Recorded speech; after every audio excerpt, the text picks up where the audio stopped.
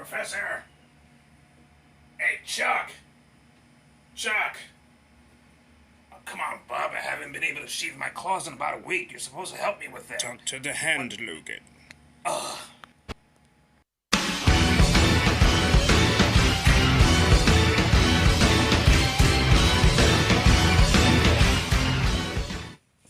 Hey YouTube, Piercing Pencils here once again with another late bloomer action figure review. This time in my collection I'm reviewing the Marvel Legends House of X Professor X. And guess what? No wheelchair needed. He doesn't have one. Not the hover one, not the wheel one. He is actually walking. And he is sporting this time around a huge telepathic enhancement helmet. That's his main head. I don't know why, but hey, it's a cool thing to see. It's great that they're pulling from this era of comic books. Jonathan Hickman is a great writer. I'm loving this run, and I can't wait to read more. But getting back into the figure, this figure is 6 inches tall. He is, yes, a reuse of the Spider-Man body, and that's okay. He has really broad, flat feet, which is, I guess, is a standard thing for the Spider-Man figures. His hands, however, are, when I compared them to one of the Spider-Man that I have in my collection, they're not as big, I guess, because the Professor's hands don't have to do these wide spread out expressions on his fingers, so that's okay. That's great. Another thing about the figure is like it's not specifically black. It's like a really dark gray, and that's pretty cool. A few things we're going to definitely get into, like the hands are okay. The Build-A-Figure accessory is pretty cool, but we got to talk about this second head.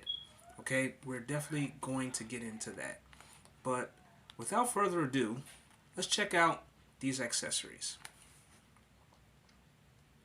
So right now we have the telepathic head on the body, and we have the pointing left finger, which also has wrist articulation, so you can change that out and you can have Professor giving commands, so that's pretty cool. And not bad. The second hand here, we have the laser pointer double fingers, where he's pointing his index finger and his middle finger, and he's like pew pew, so that's pretty cool. He has a pew pew hand. And we have this freakishly long metallic cybernetic hand of the Tri-Sentinel. Look at that shine. I like how they definitely painted this. I'm not sure if it's the plastic itself, but look at those fingers, those creepy claws on this finger, so that's pretty cool. But this head, I gotta ask Hasbro, why did you do this? The head's great, but why did you do this, Hasbro? The telepathic halo is stuck to his head. You cannot detach that. If you do detach that, you see that right there? That's going to leave a big gap inside of his head, and that's not photo friendly, guys. It's not photo friendly. I love the expression with telepathic, but you can't take the halo off of his head. And I mean, it's good overall, but that was the only thing that bugged me about this figure, and specifically this head. Going into the articulation, the Professor can hold his head down that far and up that high. 360 head rotation. He can bend down that far, but he can't bend back. Really? That's all you can do? And the attitude. He has 360 waist rotation, butterfly rotation, shoulder 360, tricep 360, double jointed elbow, wrist articulation, and turnaround. He can kick that far.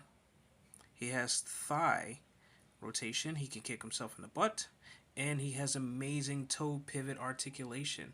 And that's the Professor's articulation in a nutshell. Okay, folks, my final thoughts on this figure. It's not a bad figure at all, not by a long shot, especially the fact that they use the Spider-Man body, which is an amazing mold for this figure. A couple of issues with my Professor X. I have a couple of mold defects where I gotta take an X-Acto knife and cut that away. The detailing in the muscles is always amazing. It's a shame that he can't like really bend back. He does have a opposable peg, a peg insert here. Peg inserts on his feet. It's amazing. I love that. You can see a little bit textured paint. Come on, go into focus. Go into focus. Go into focus. Thank you. Okay, I don't know if I'm going to keep that or not, but yes, it's amazing paint. You can see the texture of the paint. Some points taken away for that, but I love this this marble kind of plastic where it's giving off metallic vibes very, very well. Another thing about this figure, I'm a big fan of Onslaught. I love the Onslaught saga from the comics, and you can actually take this figure. You can take his telepath head here. I would like to see somebody customize this head where he's doing the sinister grin like he was in the comic books when it was revealed that he was Onslaught the entire time. You can use his body and pose him next to your Build-A-Figure Onslaughts from any era, whether it's the Toy Biz Onslaught or the Hasbro Onslaught. He was a very, very great character. Love that. It's amazing. Overall, it's standard QC issues. You know, it's like super, super stiff. I had quite the time trying to not freak out while I was posing his feet, which is like super stiff. Like, it makes you not want to pose his feet at all when it comes to like his toe pivot. Like, you hear that snap, like you hear the snap, but like when it's posing this joint, it feels like something's going to break, and that's very concerning. So I try to keep his toes or his ankle in a certain position. It's not his toe articulation. He has no toe articulation. It's ankle pivot. His ankle pivot it's good when you're going side to side, but when you go to pose it like in another position, like that's where he's running forward, and you have to pose it this way or pose it back, like that's problematic. It's very nerve-wracking to pose. It makes me very, very weary. I don't want to break the plastic just trying to get him in a certain pose. But overall, figure's pretty cool.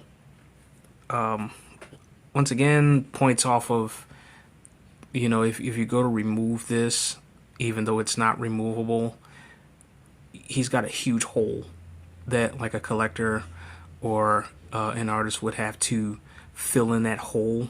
I mean, they could have had made this like I said, it's a great mold head, and I kind of wish that he had another head. But then, like, you know, if collectors have like the other Professor X where he has his eyes that are open, you can use those heads. That's, you know, that's cool.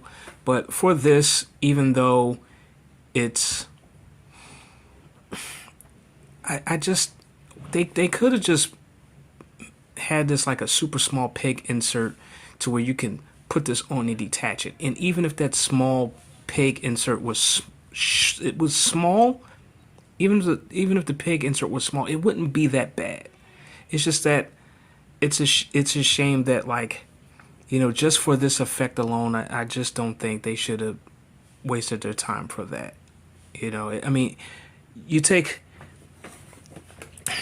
the Cyclops figure here, and you know he has the optic blast. At least that's detachable. Can you imagine if this thing here was not detachable from his head?